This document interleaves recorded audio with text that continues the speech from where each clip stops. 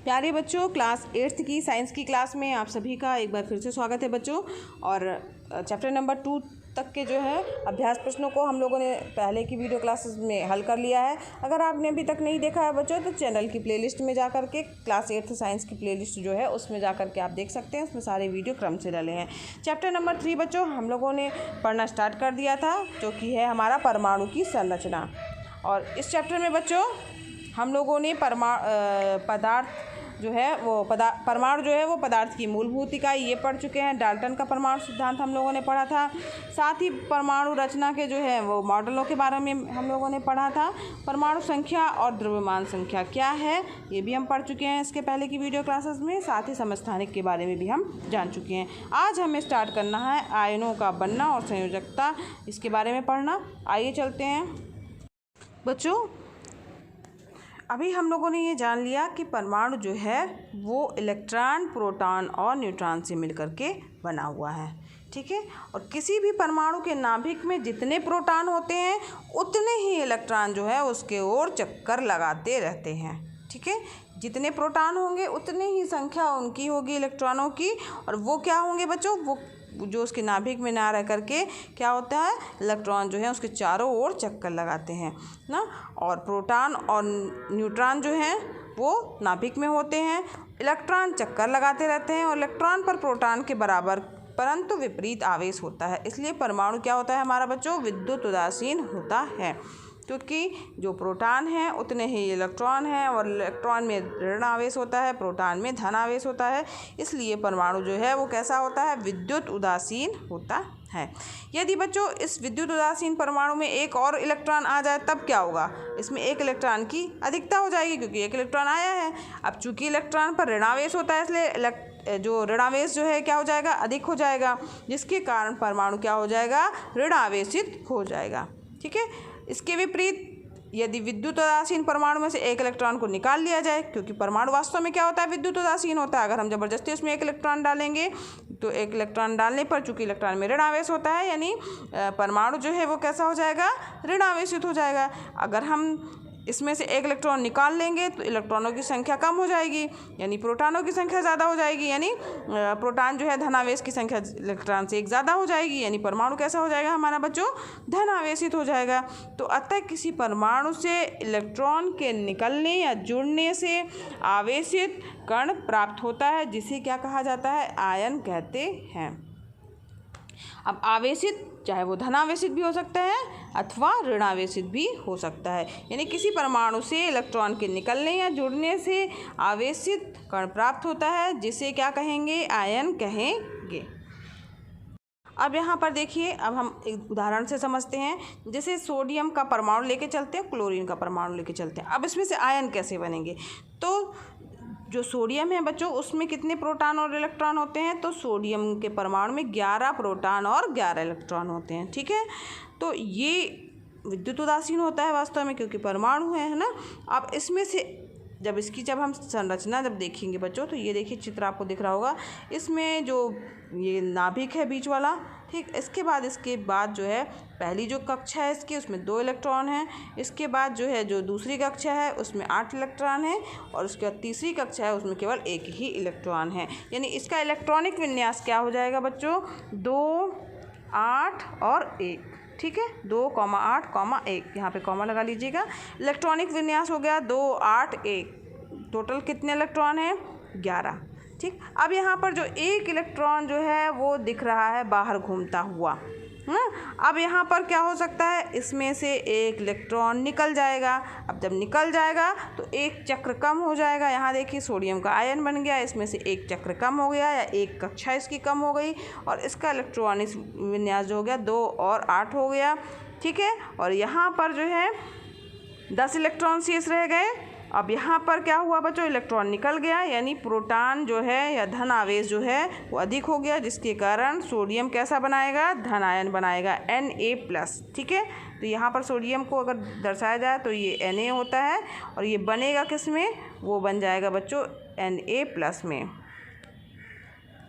Na, और यहाँ पर हो जाएगा प्लस, ठीक। तो यहाँ पर सोडियम क्या हो जाएगा बच्चों, Na+ में हो गया। ठीक। अब यहाँ पर क्लोरीन की बात करते हैं। अब क्लोरीन में जो है प्रोटॉन और न्यूट्रॉन कितने होते हैं बच्चों? 17 होते हैं या 17 होते हैं। प्रोटॉन और इलेक्ट्रॉन 17 होते हैं। इसको Cl से दर्शाया जाएगा। ठीक।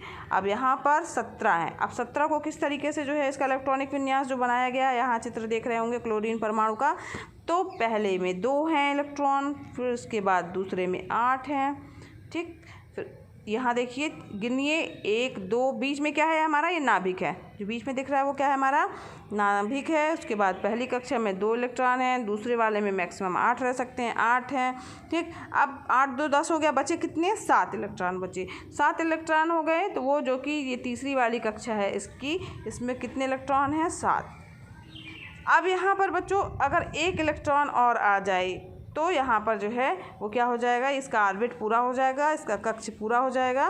तो इसलिए जो है अब यहाँ पर क्या होगा? इसमें जो है 1 इलेक्ट्रॉन जो है वो ग्रहण कर लेगा क्लोरीन। तो यहाँ पर क्लोरीन परमाणु द्वारा 1 इलेक्ट्रॉन ग्रहण करने से इसमें 17 प्रोटॉन व 18 इलेक्ट्रॉन हो जाएंगे। अब 18 इलेक्ट्रॉन हो गए यानी इलेक्ट्रॉन बढ़ गया, यानी इस पर कैसा आवेश हो गया? इलेक्ट्रॉन यानी ऋणात्मक होते, ऋण आवेश बढ़ गया यानी Cl-। ठीक है। यानी 1 इलेक्ट्रॉन या ऋण आवेश जो है अधिकता होने के कारण क्लोरीन जो है वो कैसा आयन बनाएगा? क्लोरीन ऋण आयन बनाएगा। सोडियम कैसा आयन बनाएगा? धन आयन बनाएगा। और क्लोरीन कैसा बनाएगा? ऋण आयन। ये किस पर निर्भर करता है? इलेक्ट्रॉन के आने और जाने पर निर्भर करता है। अगर इलेक्ट्रॉन आ रहा है, ठीक है, एक इलेक्ट्रॉन आ रहा है यानी इलेक्ट्रॉन बढ़ रहा है, तो इसका मतलब है कि ऋण चिन्ह बढ़ जाएगा यानी वो ऋणात्मक आयन बनाएगा। और अगर 1 इलेक्ट्रॉन चला जा रहा है तो प्रोटॉनों की संख्या बढ़ जाएगी, पॉजिटिव जो है उसमें चिन्ह आ जाएगा, तो धन आयन जो है, धन आवेश आ जाएगा, धन आवेश जो है वो बनेगा। ठीक। तो इस तरीके से आपको बच्चों समझ में आ गया होगा अच्छे से कि आयन क्या होते हैं और वो किस तरीके से बनते हैं। ठीक। अब हम बात करते हैं बच्चों संयोजकता की, कि संयोजकता किसे कहा जाएगा। तो बच्चों परमाणु आपस में मिलकर के क्या बनाते हैं? अणु बनाते हैं। और प्रत्येक परमाणु की दूसरे परमाणु से जुड़ने की क्षमता जो होती है वो भी निश्चित होती है, जिसे उसकी क्या कहा जाता है? संयोजकता कहा जाता है बच्चों। और हाइड्रोजन की संयोजकता, वास्तव में हम आधार किसे मान रहे हैं? हाइड्रोजन को। तो हाइड्रोजन की संयोजकता 1 मानकर अन्य तत्वों की संयोजकता जो है वो डिसाइड की जाती है। किसके सापेक्ष? हाइड्रोजन की संयोजकता के सापेक्ष प्रत्यक्ष या परोक्ष रूप से जो है वो ज्ञात की जाती है। तो अब कहा जाए कि संयोजकता की परिभाषा क्या होगी बच्चों? तो किसी भी तत्व की संयोजकता वह संख्या है जो यह दर्शाती है कि उस तत्व का एक परमाणु हाइड्रोजन के कितने परमाणुओं से संयोग करता है अथवा विस्थापित करता है। ठीक है। किसी भी तत्व की संयोजकता वह संख्या है जो यह दर्शाती है कि उस तत्व का एक परमाणु हाइड्रोजन के कितने परमाणुओं से संयोग करता है अथवा विस्थापित करता है। अगर जैसे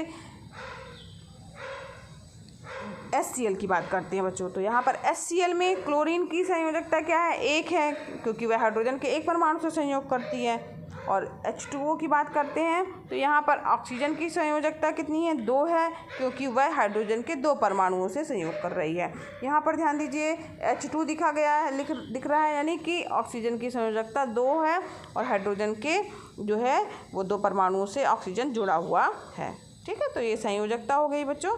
अब हम देखते हैं कुछ तत्वों की संयोजकता के बारे में, जो ये तालिका बनी हुई है उसका अध्ययन करते हैं। तो यहाँ पर देखिए हाइड्रोजन है, इसे H के द्वारा दर्शाया जाता है, उसकी संयोजकता 1 होती है। कार्बन जो है उसे C से दिखाते हैं और उसकी संयोजकता कितनी होती है? 4 होती है बच्चों।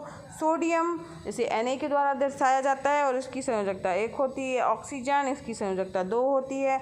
मैग्नीशियम इसको Mg से दिखाते हैं और इसकी संयोजकता कितनी होती है बच्चों?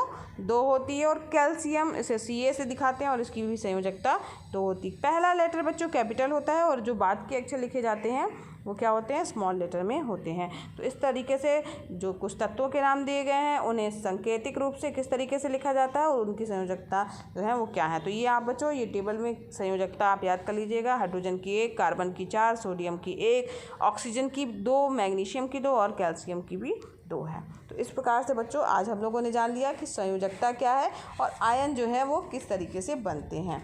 ठीक है। तो बच्चों इस चैप्टर में यहीं तक है, ये चैप्टर आज यहीं पर समाप्त हुआ। इसके अभ्यास प्रश्नों को जो है वो हम नेक्स्ट वीडियो क्लास में हल करेंगे।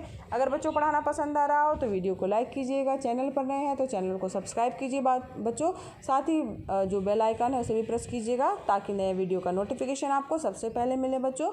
और ये वीडियो क्लासेस फ्री हैं तो आप भी लाभ लीजिए, दूसरे लोगों को भी शेयर कीजिए, दूसरे अपने फ्रेंड्स को शेयर कीजिए ताकि वो भी इसका लाभ ले सकें। धन्यवाद बच्चों, मिलते हैं नेक्स्ट वीडियो क्लास में।